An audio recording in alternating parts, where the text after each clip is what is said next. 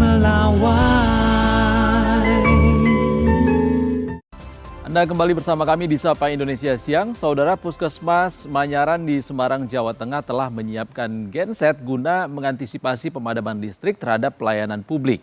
Genset berkapasitas besar akan menyala secara otomatis saat listrik padam. Pemadaman listrik menjadi salah satu risiko yang dapat mengganggu pelayanan kesehatan masyarakat. Untuk mengantisipasi hal itu, Puskesmas Manyaran menyiagakan genset berkapasitas besar sebagai sumber listrik cadangan.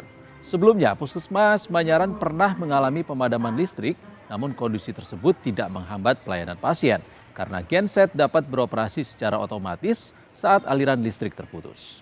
Kepala Puskesmas Manyaran, Dr. Agus Susanto mengatakan, pemadaman listrik sangat berisiko terhadap pelayanan kesehatan. Karena gensetnya itu otomatis ya, jadi begitu padam tidak berapa lama langsung menyala. Jadi kalau tidak ada genset, tentu kami akan terhambat terkait dengan pelayanan karena banyak